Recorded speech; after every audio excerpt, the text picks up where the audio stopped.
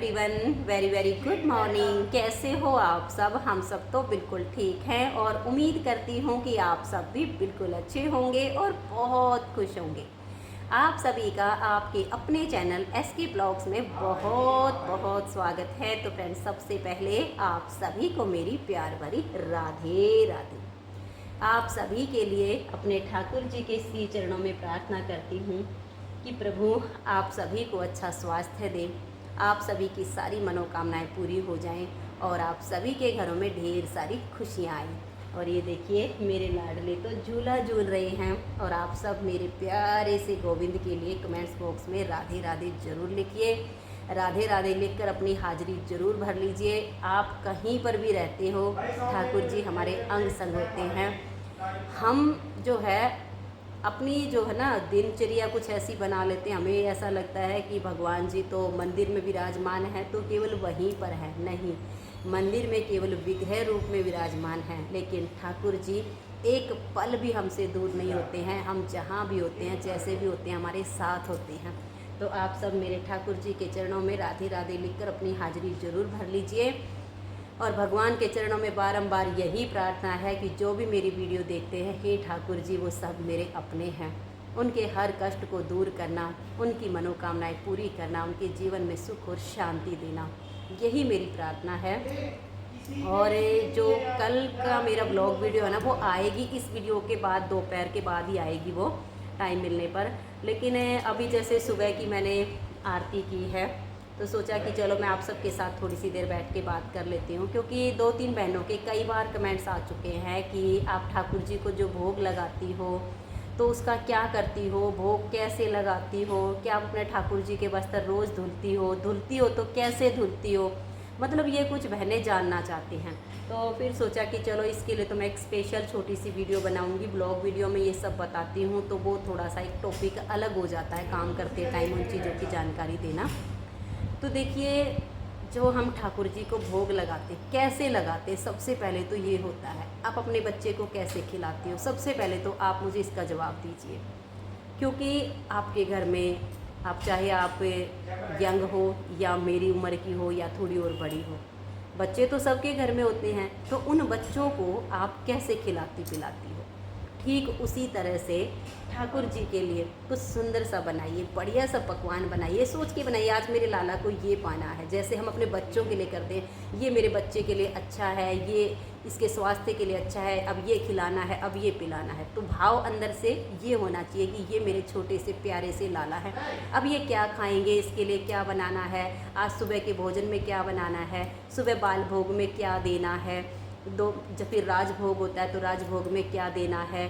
फिर आपके भाव आना चाहिए कि भाई 2 घंटे हो गए हैं, लाला ने अभी तक कुछ खाया पिया नहीं है, तो कुछ ना कुछ बना के फिर लाला को भोग लगाइए।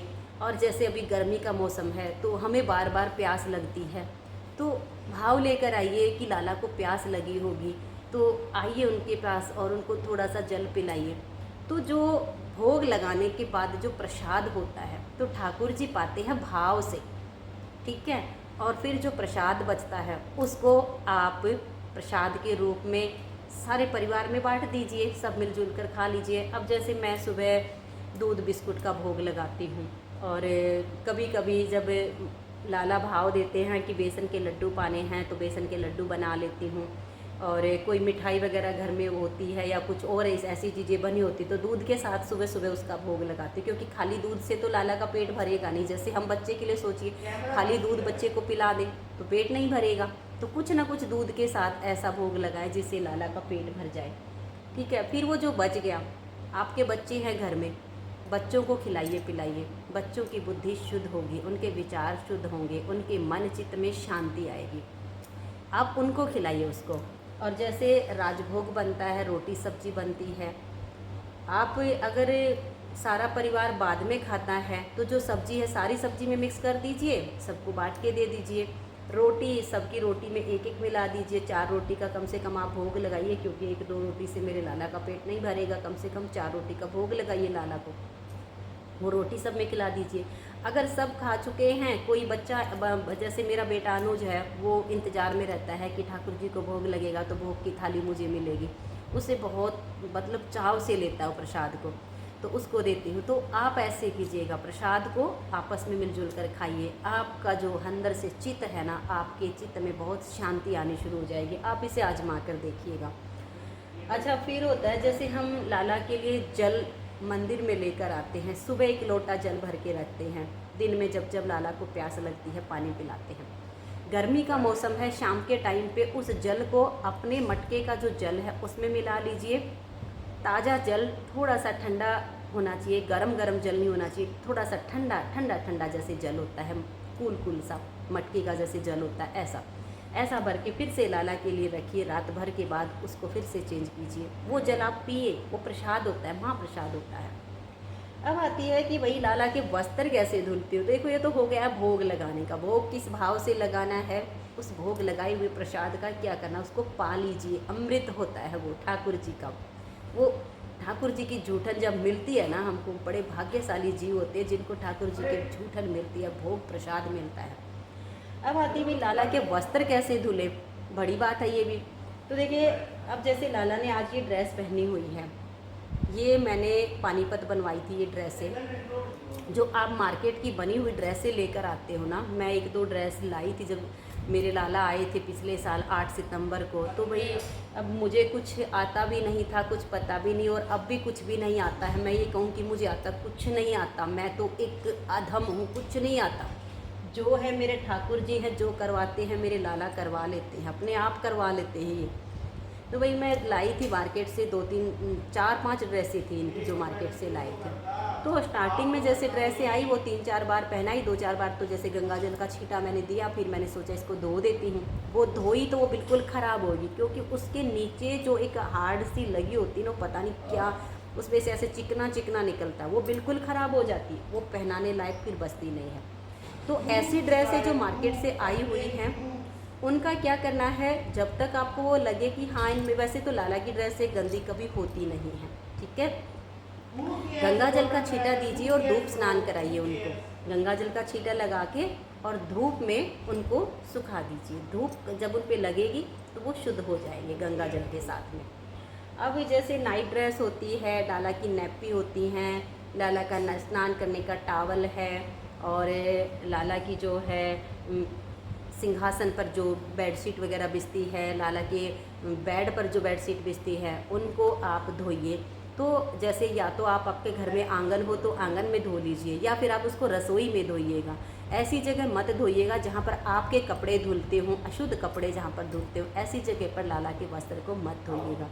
तो मैं लाला के वस्त्र धोने के लिए भी जो हमारा सर्फ़ होता है वो अलग रखती हूँ। हमारे वाले सर्फ़ में से कपड़े नहीं धोती हूँ। लाला के लिए जैसे लिक्विड मंगवा लिया या ईजी मंगवा लिया, उसमें धोती हूँ। तो वह ज़्यादातर उनको रसोई में वॉश करती हूँ ऐसे कपड़ों को। अब ये वाली ड्रेसें हैं, तो भोग लगाते टाइम आप ध्यान रखिए, जब लाला को आप भोग लगाए तो मतलब यूँ ही कवर जो हम एक कोल लेते हैं, खाने का कवर उठाते हैं, ऐसे छोटा सा टुकड़ा ऐसे उतारे रोटी का और लाला को खिलाते हैं। तो कहीं ऐसा ना हो कि जब हम लाला को पवा रहे हैं ऐसे करके, तो उसमें से कुछ नीचे ना गिर जाए, सब्जी का कण, दही का कण।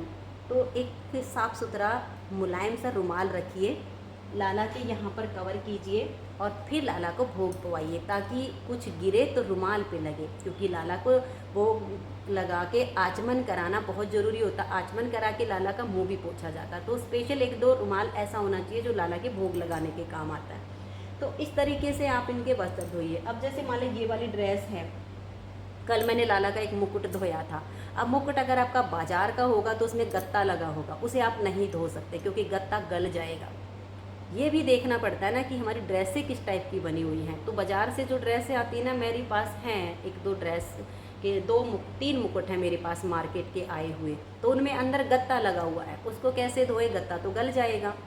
तो इसकी जो वाइट कलर की ड्रेस थी, उसकी मुकुट ऊपर से जो पग थी ना ड्रेस उसकी, वो मुझे मैली मैली लग रही थी, अच्छी नहीं लग रही थी बिल्कुल भी। इनके 2 ड्रेस वाइट, 2 के वाइट मुकुट है। तो फिर उसको धोने के लिए जैसे हमने पहले लिक्विड को घोल लिया और फिर जो पग मैली थी उसको ऐसे उसमें डुबो के और ऐसे ऐसे करके उसका मैल उतारा। फिर साइड से ऐसा लगा के, क्योंकि ज़्यादा देर हम उसको पानी में नहीं रखेंगे, हाथ से ऐसे लिया और ऐसे ऐसे मल के थोड़ा थोड़ा पानी लगा के उसको धूप में सुखा दिया। तो वो मुकुट बिल्कुल भी ख़राब नहीं हुई, क्योंकि उसके अंदर जो लगी हुई टेट्रोन, बढ़िया वाली टेट्रोन या बुकरम लगी होती है तो वो फिर ख़राब होने का उसका कोई चांस ही नहीं है। अब ये वाली जो ड्रेसें हैं इनमें भी टेट्रोन बुकरम लगी हुई है तो ये ख़राब नहीं होंगी। अब इनके ऊपर जो वर्क होता है ना वो उतर जाएगा धोने के बाद, ख़राब हो जाएंगे। अगर आप इनको धोना ही चाहते तो आपको क्या करना है, एक जो नया टूथब्रश लेकर आइए, बिल्कुल नया, और आप जो है जिस चीज़ से इजी से धोते हो कटोरी में ले लीजिए, ब्रश पे लगाइए, जो स्टोन है उनको छोड़ के और थोड़ा थोड़ा ब्रश से इसको साफ़ कीजिए, थोड़ा थोड़ा पानी से कीजिए ताकि ये स्टोन ज़्यादा देर भीग के इनके नीचे की जो गोंद है वो उतरने ना पाए। और इस तरीके से इनको धो के और धूप में सुखाइए। अगर ज़्यादा देर पानी में डुबो के रखोगे ना तो ये जो स्टोन वगैरह का वर्क होता है ड्रेसों पे वो सारा गिर जाएगा। तो अब ये आपने देखना है कि जो लाला की ड्रेसें हैं वो मार्केट की बनी हुई हैं या फिर आपने कहीं ऑर्डर पर बनवाई है। जब हम ऑर्डर पर बनवाते हैं ना तो वो थोड़ी महंगी ज़रूर पड़ती हैं, लेकिन उनकी जो मटेरियल उसमें लगा होता है वो अच्छी क्वालिटी का लगा होता है। या फिर जैसे आपने घर पे बनाई है, हम घर पे बनाते हैं तो सोच के बनाते हैं सारी चीज़ें। तो ये आप देख लीजिए भाई, मैं तो इसी तरह से करती हूँ। तो भाई मेरे लाला अभी झूला झूलेंगे कम से कम 10:30 बजे तक, ठीक है, और अभी बजे है 9:30। तो मेरे लाला के लिए एक बार फिर से कमेंट्स बॉक्स में राधे राधे लिख दीजिए। और वीडियो में कोई बात या जानकारी अच्छी लगी हो तो वीडियो को लाइक शेयर ज़रूर करना। देखो ना तो भाई कुछ ज्ञान है, मेरे लाला जो कराते हैं सो हो जाता है। बस लाला के चरणों में प्रार्थना करती हूँ कि ठाकुर जी मुझे कोई ज्ञान नहीं है, कुछ पता नहीं है, जैसे चाहो करवा लो, जैसे चाहोगे वैसा ही करवाओ, सब तेरा है, सब मेरे ठाकुर जी का है। तो भाई आज की इस वीडियो में इतना ही, मिलते हैं नेक्स्ट वीडियो में। तब तक के लिए आप सभी को मेरा प्यार भरा नमस्कार, प्यार भरी राधे राधे। आप सब खुश रहिए और अपना अपना ध्यान रखिए। और जाते जाते एक बार मेरे लाला के चरणों में फिर से राधे राधे बोल दीजिए।